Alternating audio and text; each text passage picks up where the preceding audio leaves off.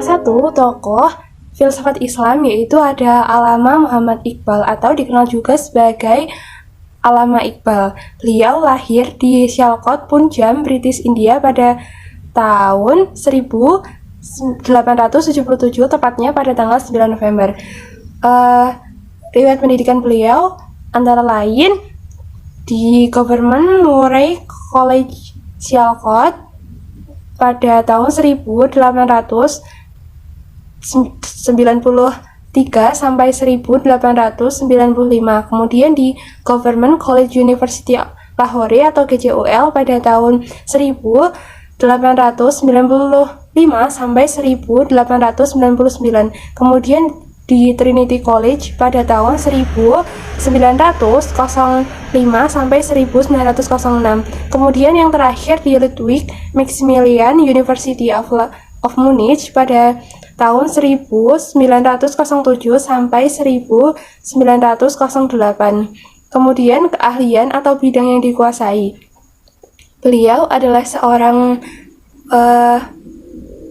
politisi, penyair, dan filosof besar pada abad ke-20. Juga dianggap sebagai salah satu tokoh yang paling penting dalam filsafat dalam sastra Urdu.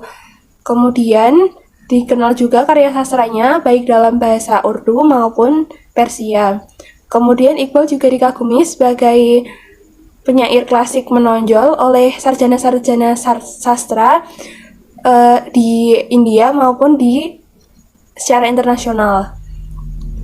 Kemudian dia juga dikenal sebagai penyair, pemikir, filosofi Muslim pada masa modern. Karya-karya beliau antara lain yaitu ada buku yang berjudul The Reconstruction of Religion Thought in Islam, yaitu artinya dalam bahasa Indonesia rekonstruksi pemikiran keagamaan dalam Islam. Kemudian ada juga buku yang berjudul The Development of Metaphysics in Persia atau dalam bahasa Indonesia yang berarti perkembangan metafisika di Persia. Kemudian ada juga Bang Indara atau artinya genta lonceng. Kemudian ada juga Payam i Masyriq yang artinya pesan dari timur. Kemudian ada juga buku yang berjudul Musafir yang artinya orang dalam perjalanan. Pokok pemikiran Allama Iqbal yaitu ada 3. Yang pertama itu tentang ketuhanan. Jadi menurut Hamsifyah Nasution, Iqbal mengalami 3 fase. Fase pertama itu terjadi pada tahun 1901 sampai 1908. Pada tahap ini itu Iqbal cenderung mistikus panteistik. Terlihat dari kekagumannya terhadap konsepsi mistik yang berkembang di wilayah Persia lewat tokoh-tokoh tasawuf seperti Ibnu Arabi.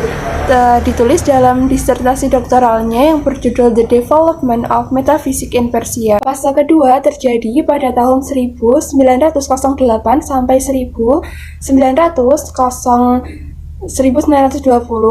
yaitu pada tahap ini Iqbal mulai menyaksikan sifat kekal dan keindahan beserta kausalitas akhirnya tergambar dalam karyanya yang berjudul Hakikat Husna atau artinya hakikat keindahan. Kemudian fase ketiga terjadi pada tahun 1920 sampai 1938.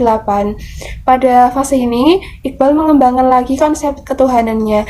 Beliau berpendapat bahwa Tuhan adalah hakikat sebagai keseluruhan yang bersifat spiritual. Pemikiran Iqbal yang kedua yaitu tentang ego. Ego atau hudi dalam bahasa Urdu merupakan tema yang sentral.